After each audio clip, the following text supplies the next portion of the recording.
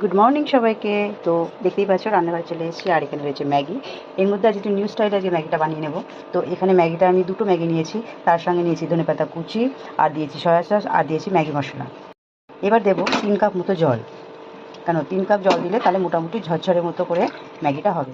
গ্যাসটা একটু অন করে দিই। আসলে আমি এক হাতে ধরেছি মোবাইল স্ট্যান্ডটা, আর অন্য হাতে আমি করছি রান্না। তো এটা এখন হোক, গ্যাসটা আমি বাড়িয়ে দিই। এবার এর মধ্যে একটু মিক্সড করবো হচ্ছে অল্প একটু এই হাফ চামচ মতো চিনি, আর দেবো একটু লঙ্কার গুঁড়ো। এবার ম্যাগিটা দেখছি ফুটছে, একটু ফুটুক, এখন অবশ্য সেদ্ধ হয়নি, মোটামুটি 3-4 মিনিট মতো লাগবে। এরমভাবে তোমরাও ম্যাগি কিন্তু বানিয়ে খেতে পারো। আমি নানা রকম ভেজিটেবিল দিয়েও আমি করি, তো আজকে ভেজিটেবিল খুব একটা ঘরে নেই।